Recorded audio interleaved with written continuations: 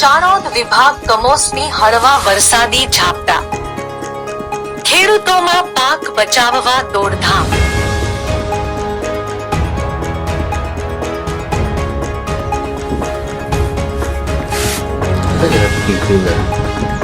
ડભોઈ તાલુકાના ચાણોદ વિભાગમાં ગતરોજ હવામાનની આગાહી મુજબ સાંજે એકાએક વાતાવરણમાં પલટા આવ્યો હતો। આકાશમાં વાદળોની ફોજ વચ્ચે વાદળછાયું વાતાવરણ સાથે પવન ફૂંકાયો હતો, સાથે હળવા કામો સમય વરસાદનો ઝાપટો શરૂ થયું હતું। થોડી મિનિટો રહ્યા બાદ વરસાદ વિરામ લીધો હતો।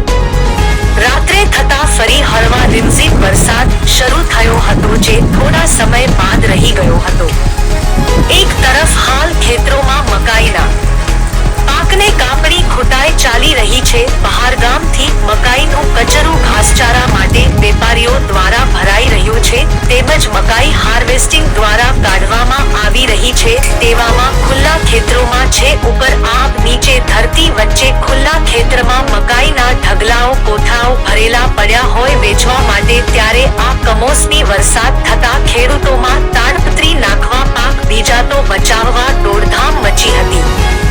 એક બાજુ ખેડૂતોને પવનમાં પાક આડા પડી ગયા હોય, જેથી પાકની કાપણીની મજૂરી વધી ગઈ હોય, મહેનત વધી ગઈ હોય। આ વચ્ચે ચાલુ સાલે મકાઈનો ભાવ પણ ઓછો હોય, જેથી ખેડૂતોને બેવડો માર સહન કરવાનો વારો આવ્યો છે।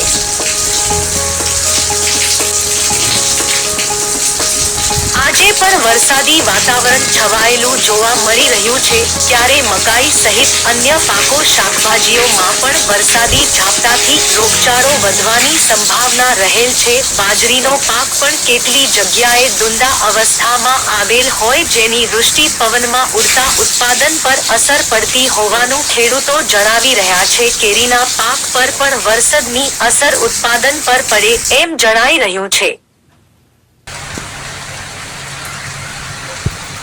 મુકેશ ખત્રી, ચાણોદ।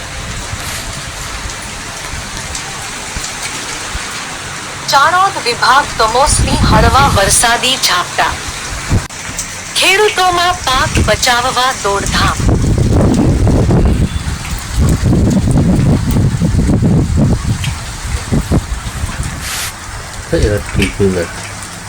ડભોઈ તાલુકાના ચાણોદ વિભાગમાં ગતરોજ હવામાનની આગાહી મુજબ સાંજે એકાએક વાતાવરણમાં પલટા આવ્યો હતો। આકાશમાં વાદળોની ફોજ વચ્ચે વાદળછાયું વાતાવરણ સાથે પવન ફૂંકાયો હતો, સાથે હળવા કામો સમય વરસાદનો ઝાપટો શરૂ થયું હતું। થોડી મિનિટો રહ્યા બાદ વરસાદ વિરામ લીધો હતો।